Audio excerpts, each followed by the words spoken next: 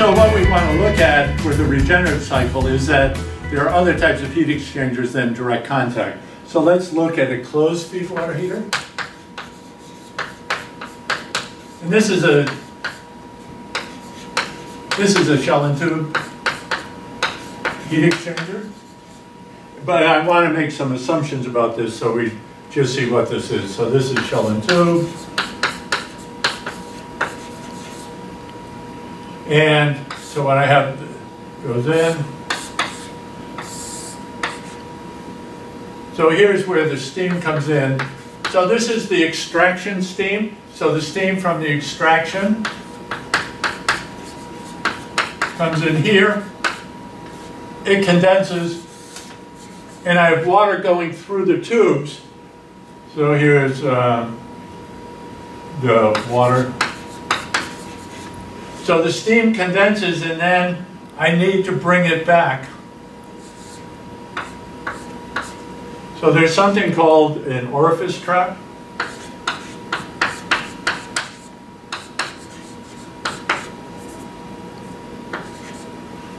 And I'm going to talk about that. But what we made the assumption is that both of these are liquids leaving the heat exchanger,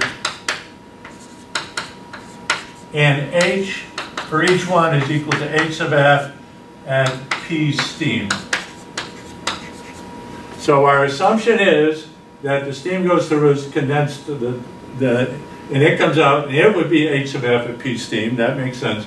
We're also assuming that the heat exchanger is 100% efficient, so the temperature leaving here will be the same as the temperature here, and we're making that assumption.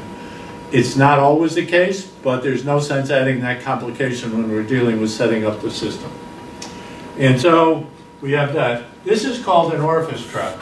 And what happens here is that you have, well, it's smaller than this, but I'll draw it like this. And so this is into the board. So if I have, so this is solid. So I have my line, my pipe. So I have a pipe, and I'm going to have something like this in it, the orifice trap. What happens if it's a liquid? If it's a liquid, a lot of kilograms per second can go through. So for a liquid, high m dot. If it turns to steam, so it's like the steam comes in, it's going through, it condenses, liquid goes through, and then suddenly too much liquid is going through and I have steam. But the difference in specific volumes of steam and water is by 1,000 to 1. So suddenly I now have steam and I start getting two-phase flow. So what happens is I get steam and I can't, so if it's steam, it's low m dot. And so what happens is I have a very low mass flow rate. The mass flow rate slows down. The steam flows down going through the heat exchanger. It condenses, you get a liquid, and then it goes on. So that's how these things work. So typically with a power plant system, they'll have one direct contact heat exchanger and multiple closed feed water heaters like this. So let's look at a system where we have one of each.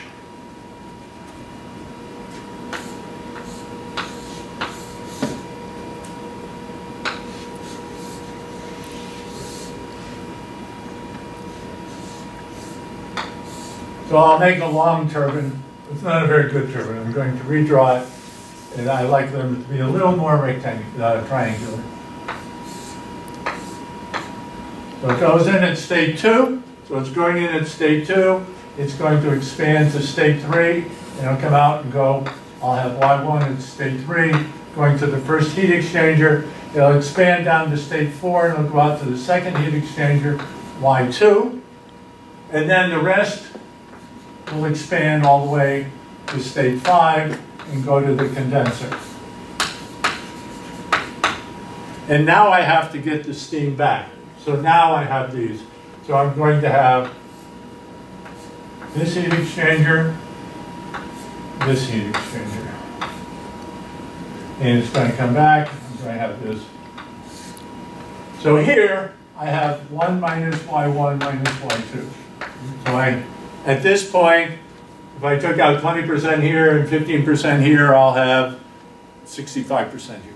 So that's what we have, 5, 6, 7.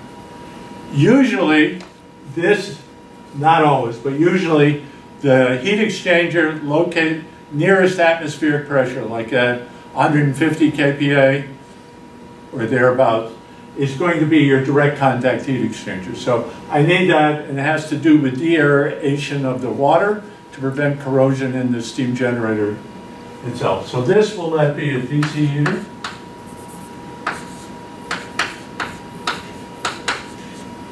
Then I'll come out, I'm going to talk about this, it's going to come out and go into a pump here. So here, we know all this comes out, this is at state 8, and we'll draw the TS diagram for this. It comes out, and now what we're going to do is have this be a shell and tube heat exchanger. So the steam is, this is going through the tubes, comes out, here it's at 9, and then at 1. So this feed water pump is going to raise the pressure all the way so it gets back in the boiler, in the steam generator. So this is going to go all the way back here. And now I have it coming out and it's going through an orifice trap, and it'll trap back here. And so we'll say this is A. So this is so we have it, and it goes through the orifice trap and back. So you have a choice in the power plants. Very often they go back to the next lowest heat exchanger, but I could have this go back to the condenser just to make the test problem different than the problem we do in class. So now let's draw the TS diagram for this.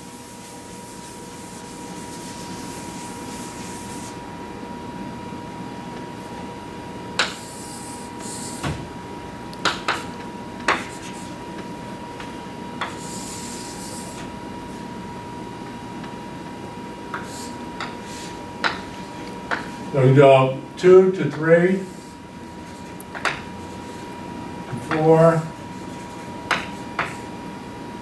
to 5. And then we're going to condense to 6. We have to 7. So I have this going over here, this going over here. So here's y1 and y2. And then this is 1 minus y1 minus y2.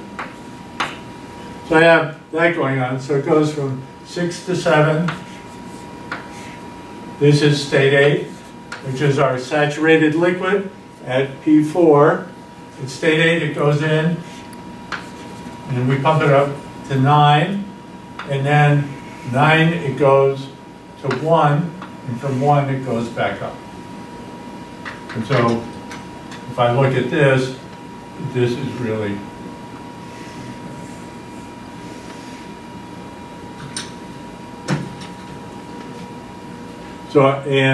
so this is 9, where am I?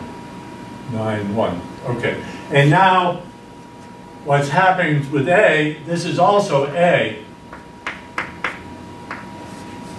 So A goes back, so the A is going back to this pressure P4. So the A liquid goes back here and mixes, and this is what's happening there. And so now what we want to do, of course, is to put some numbers to this and see what an example would look like. And so let's look at the first law, and basically what we have to do is find y1. Knowing y1, we can find y2. So we're going to do the same process, but I'll show you how to find the mass fractions that have been removed.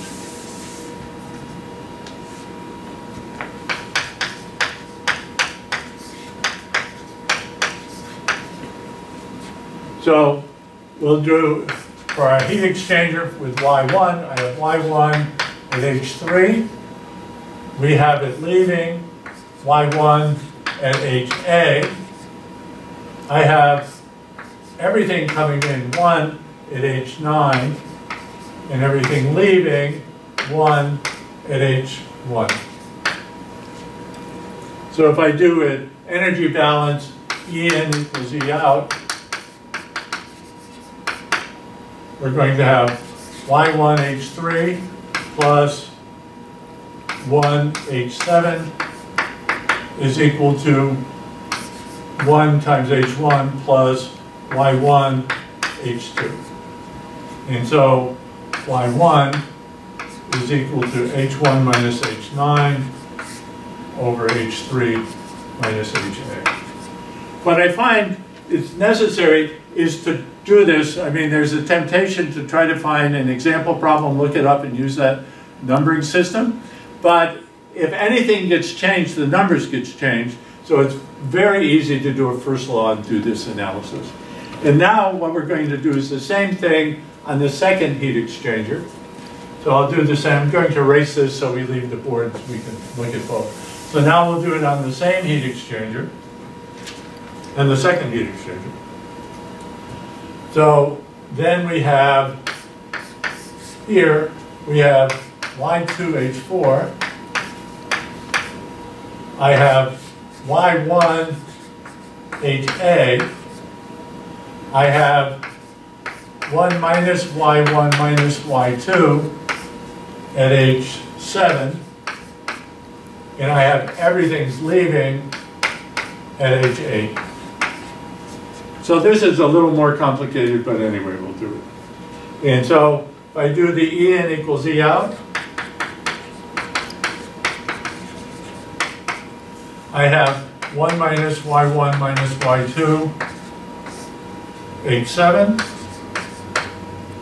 plus Y1 HA is equal to plus, whoops, Y2 H4. So I have this coming in, and this coming in, and only one thing leaving is equal to H8. I have Y2 times H4 minus H7 is equal to H8 minus H7 minus Y1 times HA minus H7. And you solve this for Y2 equals. And I'm not writing all that out, but basically what you have to do is know Y1. So you start at the highest pressure heat exchanger and work your way down. So I'll know Y1, then I can find Y2, etc. as it goes down. Let's look at an example with this regenerative cycle. So let's say that P2 is equal to 10 MPa. T2 is 500 degrees C. P3 is equal to 1500 kPa. P4 is 160 kPa. And P5 is equal to 10 kPa. So now the first thing I'm going to go through is go through and find all the enthalpies, then we'll find the Y1, the Y2, etc. And so if I do that, we have that H2 is equal to 3376.5, S2 6.5982, S3 is equal to S2, so H3 is 2868.1. So this is still in the superheat region. At once S4 is equal to S2. And here we move into the mixture region, so I have to find the quality. So I have H4 is equal to 2463.7. And S5 is equal to S2. And here we have that H5 is equal to 2089.9. So you can you can check me here. And then we're going to go through and find H6 is equal to H sub F, 191.8. H7 is equal to H6 plus V delta P. So H7 is equal to 191.95. H8 is equal to H sub F at 160 kPa. H8 is equal to 475.54. H9 is equal to H sub 8 plus V delta P. And here the delta P goes all the way to the MPa, to 10 MPa. So H9 is equal to 485.9, and H1 is equal to H sub F at 1500 kPa. So that's equal to 844.3. And HA is equal to H1 is equal to 844.3 kilojoules per kilogram also. So this refers to the liquid leaving the heat exchanger. And now what we're going to go through, we'll find Y1, we'll find Y2, we'll do all that sort of stuff. So Y1 is equal to H1 minus H9 over H3 minus HA is 844.3 minus 485.9 divided by 2868.1 minus 844.3 is equal to 0.177. So 17.7%. Y2 is equal to H8 minus H7 minus Y1 times HA minus H7 over H4 minus H7.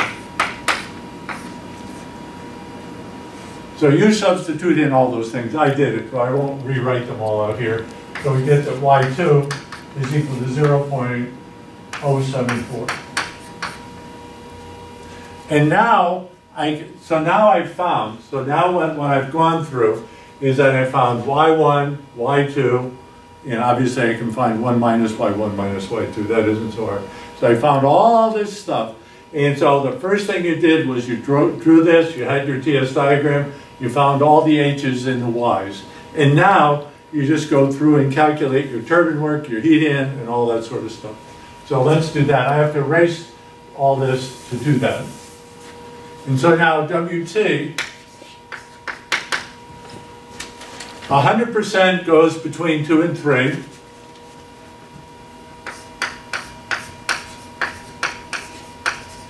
And we remove Y1. So we removed Y1. So the remainder, 1 minus Y1, goes between 3 and 4.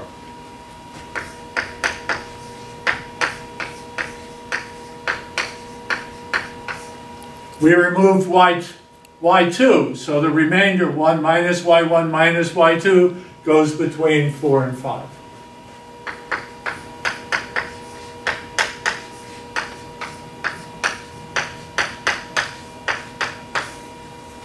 And so if I substitute all this stuff in, which I'll do,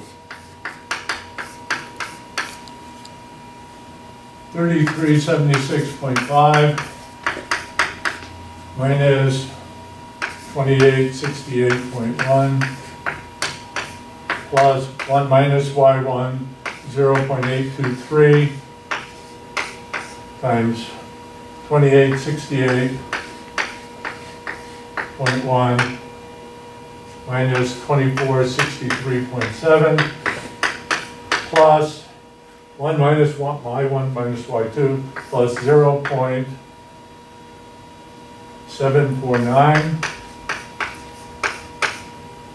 times 2463.9.7 minus 2089.9. So we have yt is equal to, oh, I know, I did this, so this was 508.4, just so we could see the various amounts.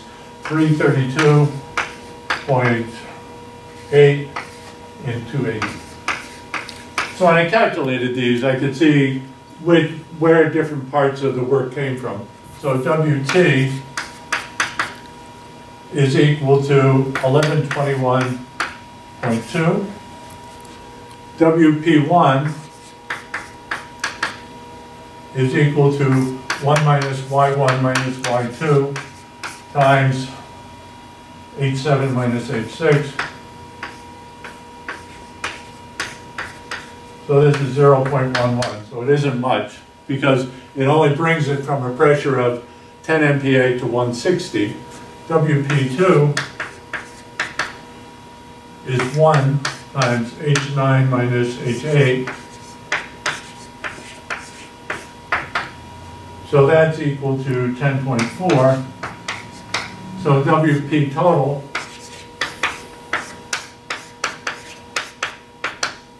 is equal to 10.5. And W net is equal to 1121.2 minus 10.4. W net is equal to 1110.7. Qn is equal to H2 minus H1. So that's equal to 2532.2. And the thermal efficiency is equal to W net over Qn. And that's equal to 0.439, or 43.9%. And so we went through this. There's a lot of calculations. Keeping your numbers neat matters. Otherwise, you'll lose track of things. And going through the method that I mentioned of finding the H's, the Y's, and all that sort of stuff matters. And then, in terms of problems, of course, you'll find steam flow rates, etc. So for homework in this area, 1537. And now, as a preview for coming attractions, just imagine if we combined reheat and regeneration. Hold me back.